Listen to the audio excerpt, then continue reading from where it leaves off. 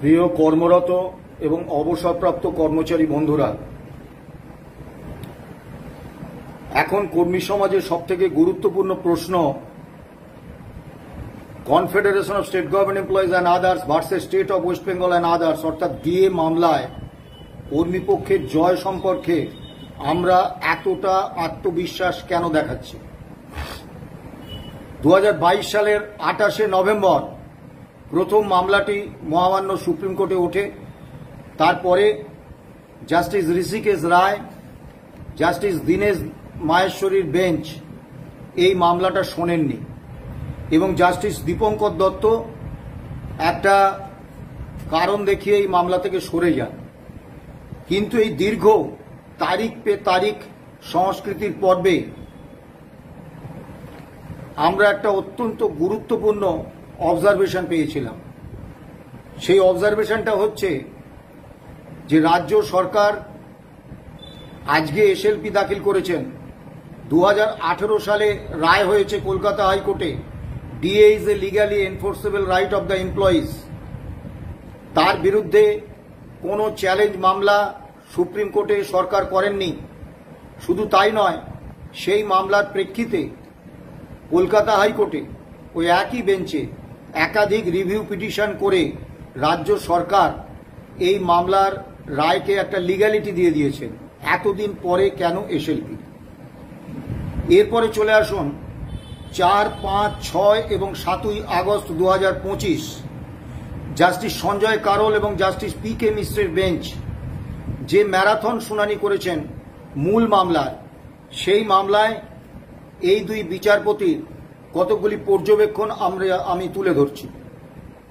Justice PK. মিশ্র, পুরানো দিনে যারা টাকা ধার দিতেন সেই মহাজনদের মতো রাজ্য সরকার একদিকে টাকা বাঁচিয়ে অন্যদিকে কাজে লাগাচ্ছে। ডিএ খেয়াল খুশি এবং নিজের ইচ্ছে মতো দেওয়ার সিদ্ধান্ত নিয়েছে। কোন সময় কত হারে ডিএ দেওয়া হবে তা ঠিক করার ক্ষেত্রে রাজ্য সরকার খেয়াল খুশি এবং নিজের ইচ্ছে মতো সিদ্ধান্ত নিয়েছেন। রাজ্য সরকার তাদের খেয়াল খুশি মতো ডিএ দিয়ে থাকলে তা হতে পারে না। মেথড তো একই। এরা মানে রাজ্য সরকার পুরানো দিনের সুদের কারবারিদের মতো টাকা বাঁচিয়ে অন্য কাজে লাগাচ্ছে। রাজ্য বিভ্রান্তি তৈরি করে তার সুযোগ নেওয়ার চেষ্টা করছে। এরা নিজেরাই সমস্যা তৈরি করছে, সেই সমস্যার সুবিধে নেওয়ার চেষ্টা করছে। শ্যাম দেয়ানকে জাস্টিস পি.কে. মিশ্র বললেন, আমরা কোনো ধারণা তৈরি করিনি। আপনি বলেছিলেন রোপার ভিত্তিতে ডিএ দেওয়া হবে, আপনিই বলেছিলেন বকেয়া ডিএ দেওয়া হবে। এবারে আসুন জাস্টিস সঞ্জয় কারোলের কয়েকটি অবজারভেশন। দিল্লি এবং চেন্নাইয়ে যে কেন্দ্রীয় হারে এবং চেন্নাইয়ে তামিলনাড়ুর হারে ডিএ, হাউস রেন্ট অ্যালাউন্স এবং সিটি কম্পেনসেটরি অ্যালাউন্স দেওয়া হয়, সেই প্রসঙ্গে জাস্টিস সঞ্জয় কারোল বললেন, সেদিক থেকে বিচার করলে রাজ্যের এই পদক্ষেপ আরবিট্রারি মানে স্বেচ্ছাচারিতা বলে গণ্য হতে পারে। এআইসিপিআই রাজ্য সরকারের কর্মীদের ক্ষেত্রে প্রযোজ্য হবে কিনা এটাই হলো মামলার কোর ইস্যু। কপিল সিব্বাল তিনি বলেছিলেন যে কোনো আদালত রাজ্য সরকার কিভাবে কি হারে ডিএ দেবে, কখন ডিএ দেবে এ নিয়ে কোনো নির্দেশ দিতে পারেন না। তার উত্তরে জাস্টিস সঞ্জয় কারোল বলেছিলেন, আদালত সংবিধানের 142 নম্বর ধারা বলে রাজ্যকে নির্দেশ দিতেই পারে। সরকারি কর্মীদের আর্থিক অবস্থার কথাও ভাবতে হবে। মাথায় রাখতে হবে রাজ্যে আর্থিক জরুরি অবস্থা জারি হয়নি। শ্যাম দেওয়ানকে জাস্টিস সঞ্জয় কারোল বললেন, আপনি কি বলতে চাইছেন যে রোপা রুল ডিএর জন্য বাধ্যতামূলক নয়? তাহলে রোপার ভূমিকা কি? সরকারি কর্মচারীদের এন্টাইটেলমেন্ট তো রোপার থেকেই আসবে, তাই না? আপনাদের বক্তব্য আমাদের মনে প্রশ্ন জাগাচ্ছে। এখন একথা সত্য যে অবজারভেশন কোনো আইনি তার মূল্য নেই এবং সুপ্রিম কোর্টের একাধিক মামলায় দেখা গেছে অবজারভেশন পর্বে মাননীয় বিচারপতিরা যা বলেছেন মূল রায় যখন বেরিয়েছে তার সঙ্গে সঙ্গতিপূর্ণ হয়নি। কিন্তু এটাও তো সত্যি, অবজারভেশন যখন মাননীয় বিচারপতিরা দেন সরকার পক্ষ তাদের সাবমিশনের প্রেক্ষিতে, তাদের বক্তব্যের প্রেক্ষিতে, তখন মামলা সম্পর্কে, মামলার বিষয়বস্তু সম্পর্কে আদালত কি ভাবছেন এটা কিন্তু একটা আভাস পাওয়া যায়। এবারে আসুন, জাস্টিস সঞ্জয় কারোল এবং জাস্টিস সন্দীপ মেহতার বেঞ্চ গত 16ই মে যে ইন্টারিম অর্ডার দিয়েছিলেন, সেই ইন্টারিম অর্ডারের একটা অংশ আমরা তুলে ধরি। We are of the considered view that the petitioner state should release at least 25% of the amount due and payable to all the employees in terms of the impugned judgment dated 20/05/2022 passed by the High Court at Calcutta in WPST number 102/2020 titled The State of West Bengal and Others versus Confederation of State Government Employees West Bengal and Others, and order dated 22/09/2022 in RVW number 159/2022 dated 22/09/2022 in CAN number 1/2022 within a period of 6 weeks from the day. রায়ের এই অংশটায় অত্যন্ত স্পষ্টভাবে বলা আছে 22শে September 2022-এ স্যাটের রায় এবং 2022 সালের 20শে মে মহামান্য কলকাতা হাইকোর্টের রায়ের প্রেক্ষিতে এই বকেয়া ডিএর 25% দেওয়া হয়েছে। এখন ওই দুইটি রায়ে কি বলা ছিল? ওই দুইটি রায়ে বলা ছিল রোপা 2009 যে all India consumer price index মেনে বছরে দুবার ডিএ দেওয়ার সংস্থান রেখেছে, সেই অনুসারে রাজ্যের মুখ্য সচিবকে একটা 3 মাসের মধ্যে একটা পলিসি তৈরি করতে হবে, সূচক হবে all India consumer price index, এবং সেই অনুসারে ডিএ মেটানোর অর্ডার বার করতে হবে। অর্থাৎ এই দুটো অর্ডারে কিন্তু অল ইন্ডিয়া কনজিউমার প্রাইস ইন্ডেক্সকে স্বীকৃতি দেওয়া হয়েছে এবং রোপা 2009 তাকে স্বীকৃতি দেওয়া হয়েছে। এবারে চলে আসুন, তার 2 নম্বর অনুচ্ছেদে পরিষ্কার বলেছেন, whether or not the right to receive DA is a fundamental right is an issue amongst others this court is called upon to consider. However, pending such consideration, the employees need not be kept waiting endlessly to receive the money in question. অবজারভেশনের আইনি কোনো মূল্য নাও থাকতে পারে, কিন্তু অর্ডারে, interim অর্ডারে যে কথা লিপিবদ্ধ করা আছে সেটা তো আদালতের বক্তব্য। সেখানে কিন্তু অত্যন্ত পরিষ্কারভাবে বলা হচ্ছে দুটো ইস্যু যে আদালতের সামনে বিচার্য হিসেবে জোন অফ কনসিডারেশনে আছে, যে 2022 সালের 20শে মে যে রায় হয়েছিল DA is a legally enforceable fundamental right, সেই ফান্ডামেন্টাল রাইটটা রাজ্য কর্মীদের ক্ষেত্রে খাটে কি খাটে না, এইটা হচ্ছে জোন অফ কনসিডারেশনে আছে। আর দ্বিতীয় যে বিষয়টা বলেছে যে আদালতে মামলা পেন্ডিং, সরকারের আর্থিক সংকট, এই কারণ দেখিয়ে কিন্তু কর্মীদের প্রাপ্যটা এন্ডলেসলি মানে অনন্তকাল ধরে আটকে রাখা যাবে না। এই অর্ডারে কিন্তু আদালতের যে মনোভাব এটা স্পষ্ট হয়েছে। এরপরে চলে আসুন 8ই সেপ্টেম্বর 2025 যে রায়, মূল মামলার যে রায়, যার নির্দেশ জাস্টিস সঞ্জয় কারোল এবং জাস্টিস পি.কে. মিশ্রের বেঞ্চ দিয়েছেন। জাস্টিস সঞ্জয় কারোল কর্মীপক্ষের হয়ে যখন বিকাশ রঞ্জন ভট্টাচার্য বক্তব্য রাখতে উঠলেন, তার সাবমিশন রাখতে উঠলেন, একটা অত্যন্ত গুরুত্বপূর্ণ কথা বলেছিলেন। Mister Bhattacharya, it is your baby, you know better, we are with your baby. আমি বিস্তারিত ব্যাখ্যায় গেলাম না। 2 নম্বরেতে বলা হয়েছে, 2 নম্বর অনুচ্ছেদে ওই নির্দেশে আর্গুমেন্টস কনক্লুডেড, অর্থাৎ শুনানি শেষ হয়ে গেছে। রিজার্ভ ফর জাজমেন্ট, জাজমেন্ট বা বিচারের জন্য, রায়ের জন্য সংরক্ষিত রাখা হয়েছে।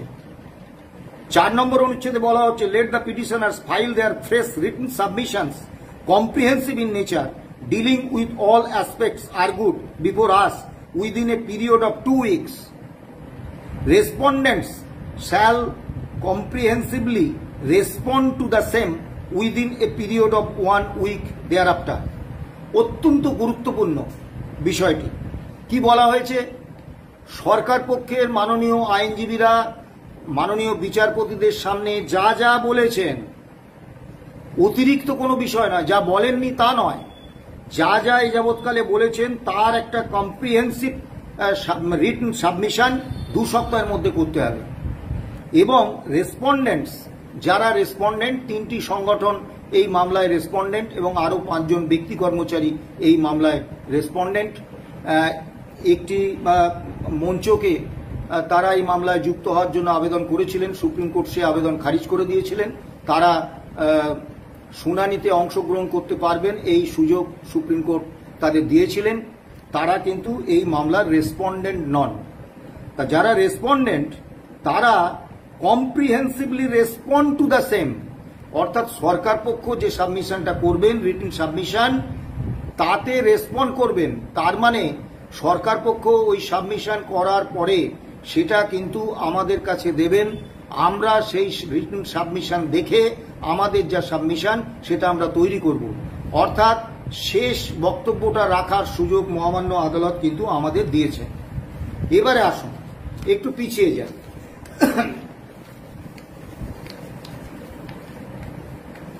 স্যাটে জাস্টিস অসিত তালুকদার এবং A.K. চন্দ্রের বেঞ্চ রায় দিয়েছিলেন যে ডিএ রাজ্য সরকারের এখতিয়ার, কর্মচারীদের অধিকার নয়। এখন যে কোনো মামলায় পিটিশনটা হচ্ছে অত্যন্ত গুরুত্বপূর্ণ। আমাদের এই মামলার যে পিটিশন সেটা তৈরি করেছিলেন সর্দার আমজাদ আলী, তাকে সহযোগিতা করেছিলেন মাসুম আলী সর্দার, প্রবীর চ্যাটার্জি এবং আমি, আমাদের সংগঠনের সাধারণ সম্পাদক মলয় মুখোপাধ্যায় এবং তৎকালীন আইএনটিইউসির রাজ্য সভাপতি রমেন পাণ্ডে, প্রয়াত রমেন পাণ্ডে, তিনি কিন্তু এই কাজে সর্দার আমজাদ আলীকে যথেষ্ট সহযোগিতা করেছিলেন। মূলত প্রয়াত রমেন পাণ্ডের উদ্যোগেই যখন কোনো আইনজীবী আমাদের মামলা নিতে চাইছিলেন না রাজরোষের আতঙ্কে, তখন এই সর্দার আমজাদ আলীর সঙ্গে আমাদের যোগাযোগ করিয়ে দেন এবং আমাদের মামলাটি সর্দার আমজাদ আলী নেন।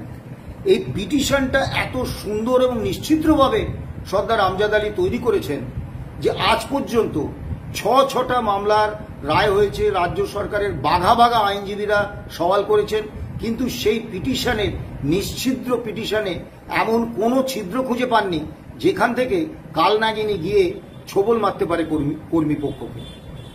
অর্থাৎ এই মামলার যে ফাউন্ডেশন স্ট্রাকচার বা স্ট্রাকচারাল ফাউন্ডেশন, এটা সর্দার আমজাদ আলী মানে অনন্য এক মেধা, ধীশক্তি, ধৈর্য এবং পরিশ্রমের প্রমাণ দিয়ে এমনভাবে তৈরি করেছিলেন যে ফাউন্ডেশন স্টোনটা কিন্তু আমাদের যথেষ্ট শক্তপোক্ত। আজ পর্যন্ত কোনো কালনাগিনী ওই নিশ্ছিদ্র ফাউন্ডেশন ভেদ করে লক্ষিন্দরকে ছোবল মারার সুযোগ করে উঠতে পারেনি এবং আগামী দিনেও পারবে না। এবারে আসুন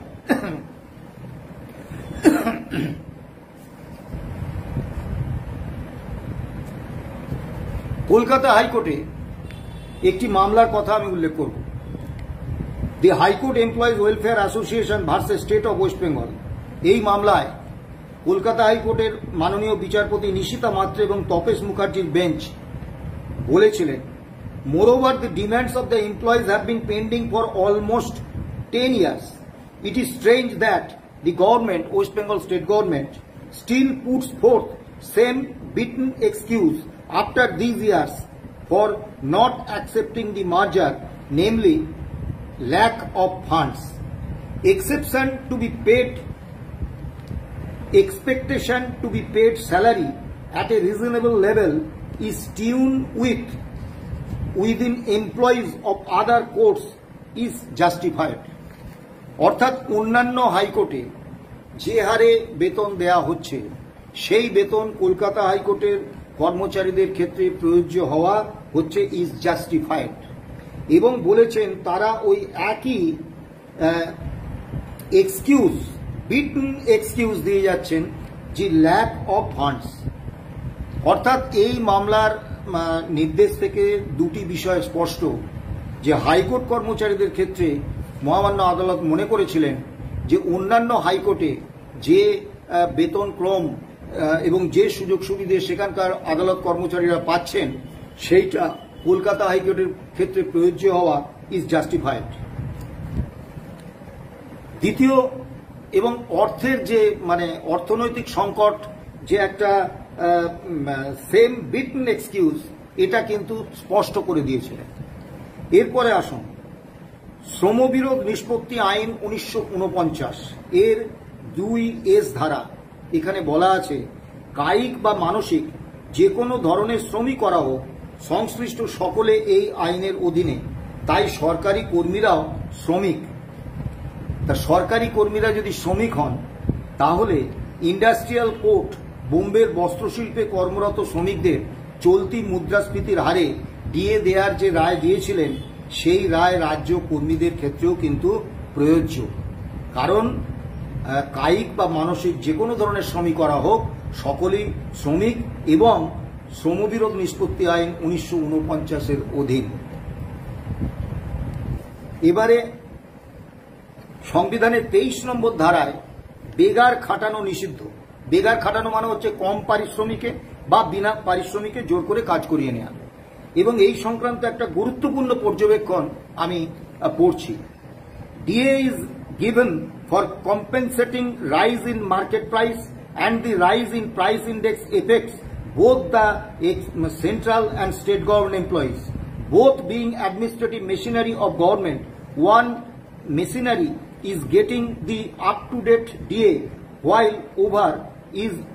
other is deprived in the federal structure of India government, defying right of equality.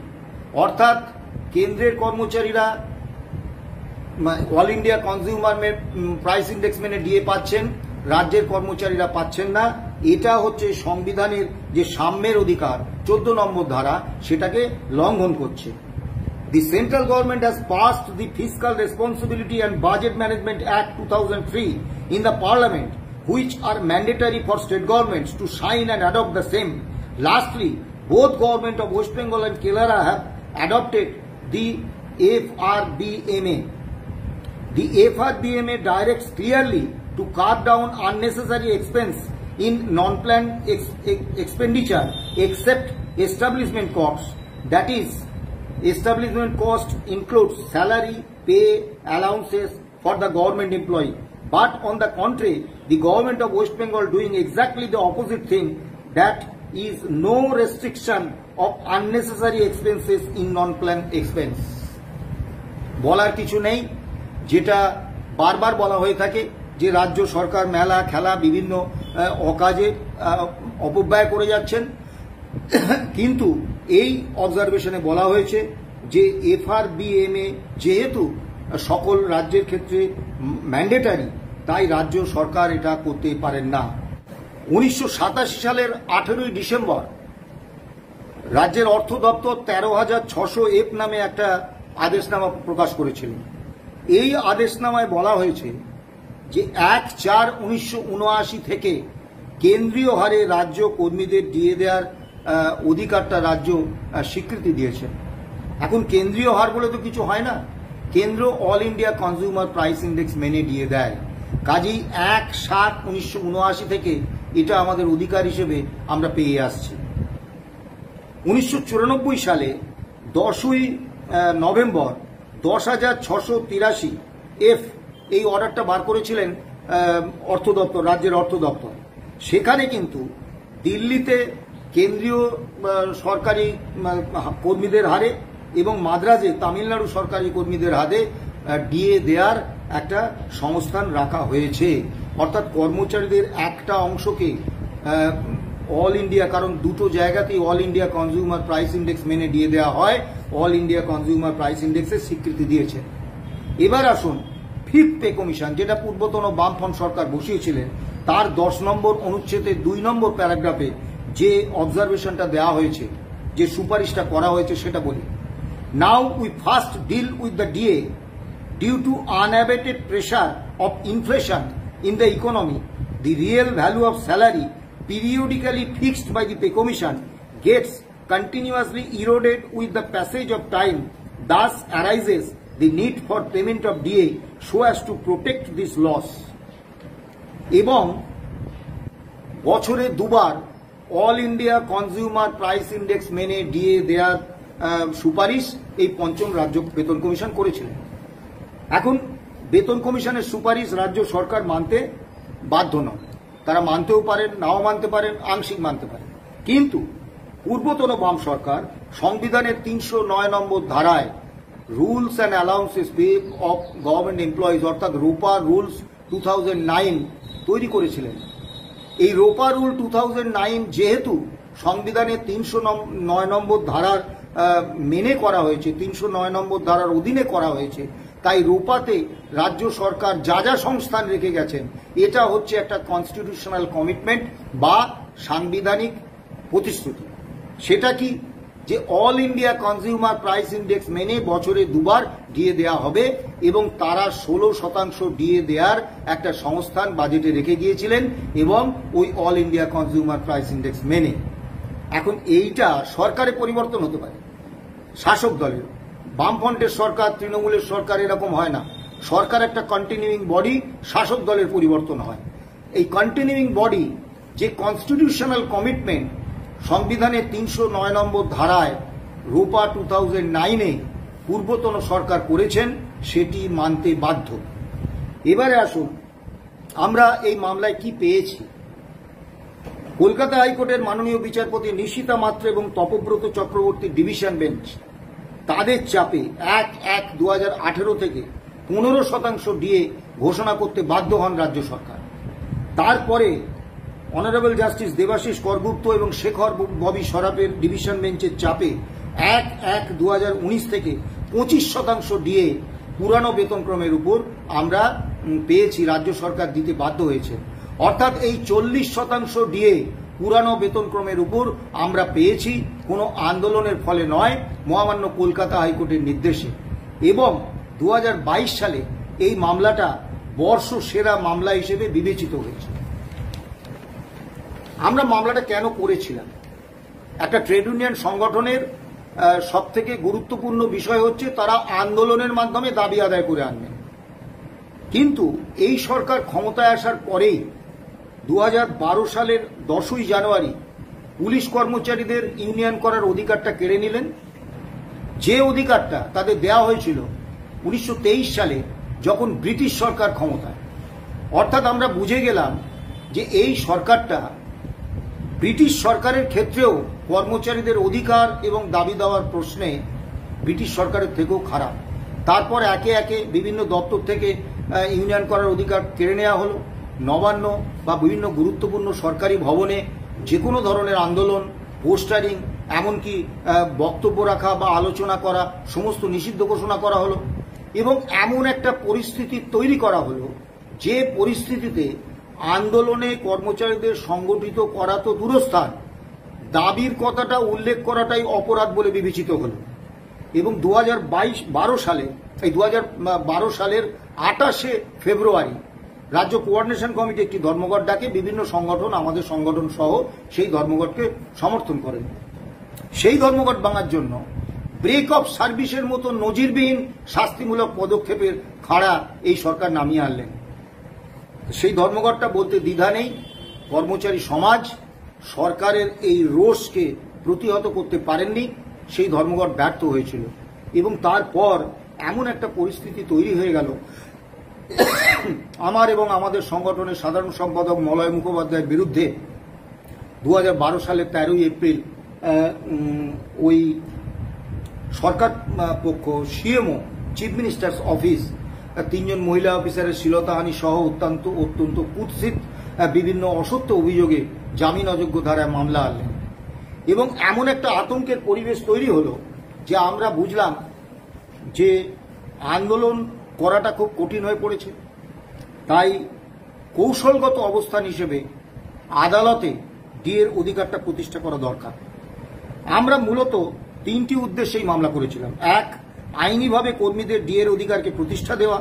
2, কর্মী সংগঠনের ছদ্মবেশে সরকার ও শাসক দলের এজেন্ট রাজ্য সরকারি কর্মচারী ফেডারেশনের এবং রাজ্য সরকার ও শাসক দলের সম্মিলিত সন্ত্রাসের ফলে সৃষ্ট হিমশীতল আতঙ্কের আবহে কর্মী সমাজ, শাসক দল ও রাজ্য সরকারকে এই বার্তা পৌঁছে দেওয়া যে কর্মী সংগঠন মেরুদণ্ড সোজা রেখে সরকারের কর্মী বিরোধী নীতি এবং কর্মসূচির বিরুদ্ধে দৃঢ় অবস্থান ও সাহসী অবস্থান নিতে পারে। আমরা মনে করি যে এই বার্তাটা আমরা কর্মী সমাজের কাছে এবং সরকারের কাছে পৌঁছে দিতে পেরেছি। ডিএর মতো সকলের গ্রহণযোগ্য, সকলের দাবিতে সমগ্র কর্মরত এবং অবসরপ্রাপ্ত কর্মী সমাজকে মানসিকভাবে এক সূত্রে বাঁধা, আমরা সেটাও পেরেছি।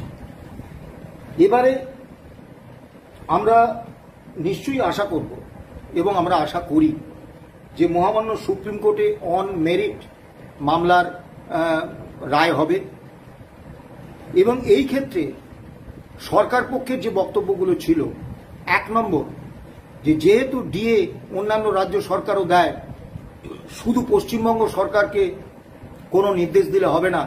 যেহেতু এই মামলার একটা সর্বভারতীয় প্রেক্ষাপট আছে, এই মামলায় 28টা রাজ্য সরকারকে যুক্ত করা হোক। এখন এটা যদি মহামান্য আদালত মেনে নিতেন, তাহলে আমাদের সাধারণ সম্পাদক সহ আমাদের যারা আইনজীবী আছেন তাদের মৃত্যুর কয়েক দশক পর পর্যন্ত এই মামলা চলত। কিন্তু মহামান্য সুপ্রিম কোর্ট সেই প্রচেষ্টা বানচাল করে দিয়েছেন, খারিজ করে দিয়েছেন। অর্থাৎ এই মামলাটা, এবং বিকাশ রঞ্জন ভট্টাচার্য অত্যন্ত দ্ব্যর্থহীন ভাষায় বলেছেন যে পশ্চিমবঙ্গের কর্মচারী রাজ্য কর্মীরা ওই তামিলনাড়ু বা ঝাড়খণ্ড বা অন্য রাজ্যের সঙ্গে তুলনা করছেন না, তারা তাদের মতো দিচ্ছেন। পশ্চিমবঙ্গের রাজ্য কর্মীরা পশ্চিমবঙ্গ সরকার যে বিধি করেছেন, যে রুলস করেছেন, সেই অনুসারে ডিএ পাবেন, কাজে অন্য রাজ্যকে জড়ানো যাবে না। এবং বিকাশবাবুর যুক্তি মাননীয় আদালত, মহামান্য আদালত মেনে নিয়েছেন, এই চক্রান্ত শেষ হয়ে গেছে। দ্বিতীয় যে বিষয়টা বলেছেন যে দিল্লি এবং চেন্নাইয়ে যে কার্যত all India consumer price index মেনে যে ডিএ দেওয়া হয়, সেটা ওখানে দিল্লিতে 34 জন কর্মচারী আছে, আর তামিলনাড়ুর ওই ইউথ হোস্টেলে 56 জন কর্মচারী আছে। অল্প কয়েকজন কর্মচারীর জন্য এই সুযোগটা দেওয়া হয়। বিকাশবাবু অত্যন্ত স্পষ্ট করে দিয়েছেন, কর্মচারী 1 জন কি 1 লক্ষ সেটা বিষয় নয়। সরকার সাংবিধানিকভাবেই কর্মচারীদের মধ্যে দুটো অংশকে আলাদা করে বৈষম্যমূলক আচরণ করতে পারেন না, এবং এটা মহামান্য আদালত মেনে নিয়েছে। এরপরে যে বিষয়টা কপিল সিব্বাল উল্লেখ করেছিলেন যে কস্ট অফ লিভিং অনুসারে রাজ্য সরকার, পশ্চিমবঙ্গ সরকার দিয়ে দেয়, সেক্ষেত্রে কস্ট অফ লিভিং দিল্লিতে আলাদা, কলকাতায় আলাদা, নিশ্চয়ই। তা কস্ট অফ লিভিং যদি রাজ্য সরকারের ডিএ দেওয়ার সূচক হয়, তার তো একটা অর্ডার থাকবে। সেই অর্ডার কিন্তু সরকারি আইনজীবীরা আদালতে দেখাতে পারেননি।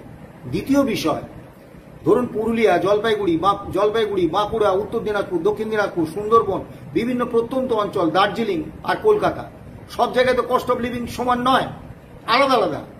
তাহলে রাজ্য সরকার যদি কস্ট অফ লিভিংকে সূচক হিসেবে গ্রহণ করে থাকেন, তাহলে তো এই সমস্ত জায়গায় আলাদা আলাদা হারে ডিএ দেওয়ার কথা। সরকার পক্ষ অল ইন্ডিয়া কনজিউমার প্রাইস ইন্ডেক্সকে মানতে চাননি। আদালত প্রশ্ন করেছিলেন, all India consumer price index না মানলে আপনাদের দেয়ার সূচকটা কি? আরবিট্রারিলি, অর্থাৎ স্বেচ্ছামূলকভাবে, স্বেচ্ছাচারিতা করে যে কোনো হারে ডিএ তো দেয়া যাবে না, কারণ এটা তো কারোর ব্যক্তিগত জমিদারি নয়, একটা সরকার। কাজেই সরকারকে নির্দিষ্ট তারই তৈরি করা রুলের অধীনে চলতে হবে, সরকার যা ইচ্ছা করতে পারে না। এবং all India consumer price index কিন্তু কেন্দ্র বা কোনো রাজ্য সরকার তৈরি করেন না। এই ইন্ডেক্সটা সিমলায় লেবার ব্যুরোতে তৈরি হয়। 28টা রাজ্য এবং 7টা কেন্দ্রশাসিত অঞ্চল সরকারিভাবে প্রতি মাসে তাদের নির্বাচিত কিছু শহর এবং গ্রামে নির্বাচিত কিছু পণ্যের উপর যে দ্রব্যমূল্য, সে তার তালিকা ওই সিমলায় লেবার ব্যুরোতে পাঠান। তারা এই সমস্ত তালিকার একটা গড় করে all India consumer price index তৈরি করেন। এখন all India consumer price index না মানলে প্রথম কথা হচ্ছে এই all India consumer price index তৈরিতে রাজ্য সরকারের একটা সরকারিভাবে ভূমিকা রয়েছে। রাজ্য সরকার এটাকে অস্বীকার করতে পারেন না। দ্বিতীয়ত, রাজ্য সরকার এই তৃণমূল সরকার যে ষষ্ঠ বেতন কমিশন গঠন করেছেন, সেই বেতন কমিশন কিন্তু গঠন করেছেন all India consumer price index অর্থাৎ 536 পয়েন্টকে ধরে, তার উপরে। তাহলে তোমরা এক জায়গায় পে কমিশন তৈরি করার সময় তোমরা all India consumer price index মানবে, দিল্লি চেন্নাইয়ে দেওয়ার সময় তোমরা all India consumer price index মানবে, অথচ কলকাতার পশ্চিমবাংলার রাজ্যকর্মীদের ক্ষেত্রে all India consumer price index মানবে না। এটা হতে পারে না। কাজেই আর দীর্ঘায়িত করব না, একটা কথা বলি যে আমরা এই মামলায় কর্মীপক্ষের জয় সম্পর্কে একেবারে নিঃসন্দেহ। সুপ্রিম কোর্টে মামলার রায় রিজার্ভ আছে, রায় কি হবে এটা বলা সমীচীন নয়, কিন্তু আমরা আমাদের আত্মবিশ্বাসের কথাটা বলতে পারি। অত্যন্ত স্পষ্টভাবে বলছি যে এই মামলায় আমাদের যে বক্তব্য, সেই বক্তব্য আদালতে তুলে ধরেছেন অবশ্যই সর্দার আমজাদ আলী, মাসুম আলী সর্দার, প্রবীর চ্যাটার্জি, এবং মামলা শুরুর অল্প কিছুদিন পরেই আমরা অর্থ দপ্তরের প্রয়াত কর্মী স্বপন দের আইনজীবী হিসেবে শ্রদ্ধেয় বিকাশ রঞ্জন ভট্টাচার্যকে এই মামলায় যুক্ত করি। বিকাশ রঞ্জন ভট্টাচার্য, ফিরদৌস শামীম, গোপা বিশ্বাস, তারা এই মামলায় নিঃসন্দেহে অত্যন্ত গুরুত্বপূর্ণ অবদান রেখেছেন। আমাদের সুপ্রিম কোর্টের সিনিয়র আইনজীবী, সিনিয়র অ্যাডভোকেট রহিম আলী রহিম এবং advocate on record Shekhar Kumar, তারাও এই মামলায় গুরুত্বপূর্ণ অবজারভেশন রেখেছেন। সুপ্রিম কোর্টে 28 নভেম্বর 2022 থেকে যে 28 বার শুনানি হয়েছে, সেই প্রত্যেকটি শুনানিতে এই দুই সিনিয়র অ্যাডভোকেট রহিম এবং বিকাশ রঞ্জন ভট্টাচার্য তারা উপস্থিত ছিলেন। 3 দিন মাননীয় বিকাশ রঞ্জন ভট্টাচার্য তিনি অনলাইনে ছিলেন, বাকি দিনগুলো তিনি সশরীরে উপস্থিত ছিলেন এবং অত্যন্ত সঠিকভাবেই মাননীয় বিচারপতিরা মিস্টার বিকাশ রঞ্জন ভট্টাচার্যকে বলেছিলেন, mister Bhattacharya, it is your baby, you know better. এই মামলায় আরও সওয়াল করেছেন অন্য সংগঠনের হয়ে করুণা নন্দী, সিনিয়র অ্যাডভোকেট, সওয়াল করেছেন PS পাটোয়ালিয়া। আমরা তাদেরকে কৃতজ্ঞ চিত্তে, তাদের প্রত্যেককে আমরা কৃতজ্ঞতা জানাই, অভিনন্দন জানাই, এবং সংগ্রামী মঞ্চের পক্ষ থেকে অন্তত 2 দিন তারা মামলায় রেসপন্ডেন্ট না হতে পারলেও তারা শুনানিতে অংশগ্রহণের সুযোগ পেয়েছেন এবং তাদের আইনজীবী গোপাল সুব্রমণিয়াম অন্তত 2 দিন তার মূল্যবান সাবমিশন রেখেছেন, তাকেও আমরা শ্রদ্ধা জানাই। সব শেষে সমস্ত অবসরপ্রাপ্ত এবং কর্মরত রাজ্য সরকারি কর্মচারী, বোর্ড, কর্পোরেশন, পঞ্চায়েত, পুরসভার কর্মচারী, শিক্ষক, শিক্ষাকর্মী প্রত্যেককে আমরা কৃতজ্ঞতা জানাই যে এই দীর্ঘ 10 বছর ধরে নানা ঘাত প্রতিঘাতের মধ্যেও আপনারা কনফেডারেশন অফ স্টেট গভর্নমেন্ট এমপ্লয়িজের উপর, আমাদের উপর আস্থা, বিশ্বাস, ভরসা রেখেছেন এবং শেষ পর্যন্ত মনে করেছেন যে আমরা আপনাদের কাছে ন্যায়টা এনে দিতে পারবো। এই জন্য আপনাদের কাছে আমরা কৃতজ্ঞ। আমরা আপনাদের বারবার কৃতজ্ঞতা জানাই, ধন্যবাদ জানাই, অভিনন্দন জানাই, শুভেচ্ছা জানাই।